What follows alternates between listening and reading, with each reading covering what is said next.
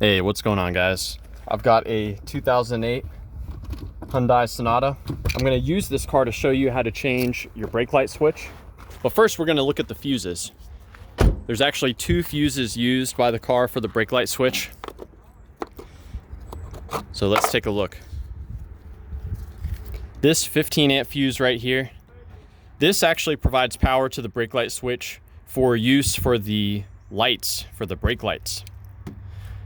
This 10 amp fuse also provides power to the brake light switch.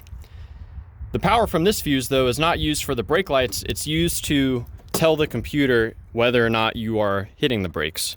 The computer needs to know if you're braking in order for things like the cruise control to work properly. So now let's head inside the car and let's talk about changing this brake light switch.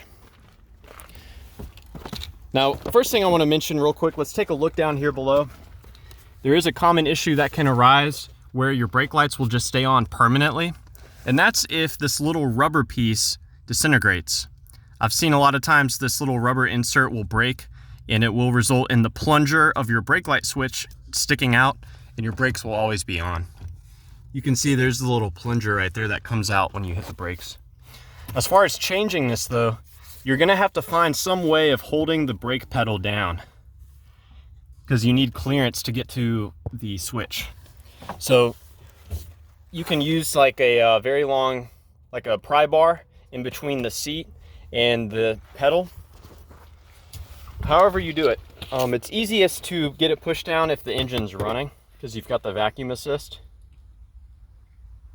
So basically, push the brake pedal down, and however you find a way to do it, get a way to hold it there.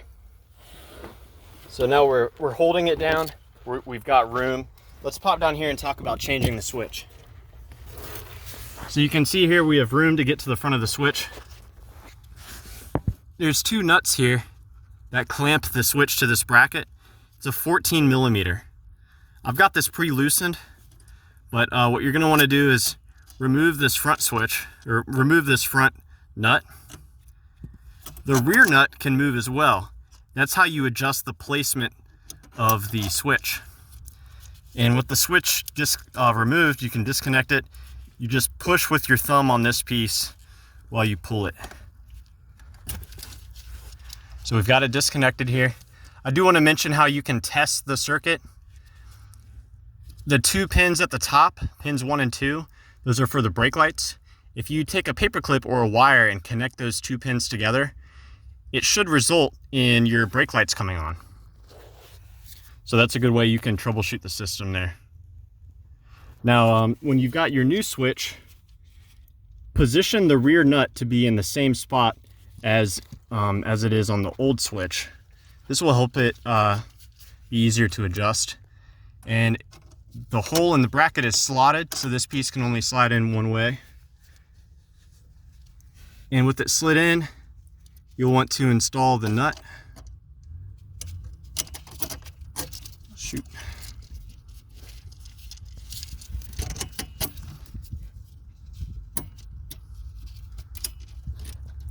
Kind of difficult one-handed, but I'll figure it out.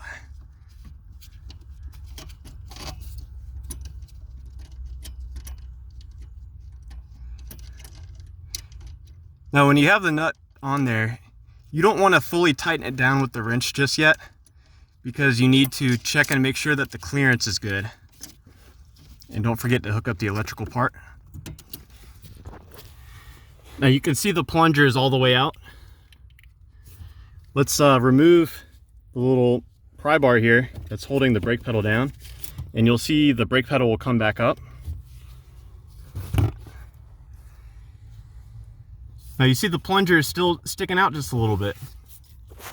So we don't have quite, it's not in deep enough. This could result in the brake lights sticking in on position. So this back piece will loosen a little bit, and then we tighten the front piece. You can keep doing that, and it will result, you see how the plunger is sticking in more now? So what you want is just a little bit of gap. And you can adjust this. You can have a helper behind the car.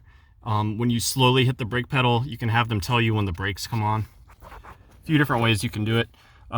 Most important thing, when you're done adjusting it, lock down the nut. you don't want that rattling loose. So yeah, I hope this information is helpful for you. Please be sure to let me know if you have any questions, or more importantly, if you have any advice for troubleshooting the brake lights on your Hyundai Sonata.